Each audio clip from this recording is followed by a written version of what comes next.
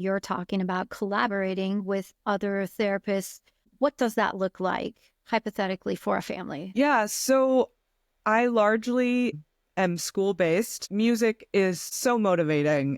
So I think when we collaborate, we can sort of add in that motivational piece, but also that rhythm, activating the motor cortex and that full brain, that it's just a global experience in the brain. So it lights up all the areas. So it really can be used to facilitate in physical therapy movements and motivate and set a pace for maybe gait training or something. And in occupational therapy, I've worked a lot with occupational therapists because we're doing a lot with manipulating different things or building skills and building our skills in two-step directions and things like that, where we can teach, it's such a great collaboration because I'm learning, okay, these are the steps to get there. And then I'm putting the song to it. I know music, because it's a global experience, they're going to retain those steps easier than if we just taught them the steps verbally. And so they can sing in their head, or say we're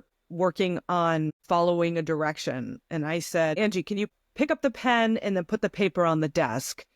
And if you are developing your receptive language skills, you may have heard the end of that, put the paper on the desk. But if I'm like, gonna pick up the pen, put the paper on the desk, pick up the pen, then put the paper on the desk, the kid in their head can hear that tune back. Gonna pick up the pen, put the paper on the desk. So I think, and the more we work side by side with specialists, I think they really see the benefit. I actually had a speech therapist that I worked with at two different schools. We sort of followed each other around.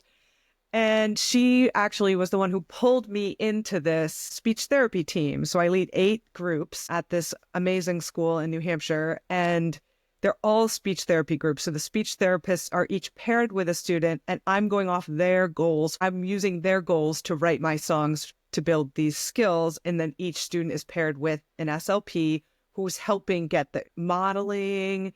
And so that's what it would look like in a school setting.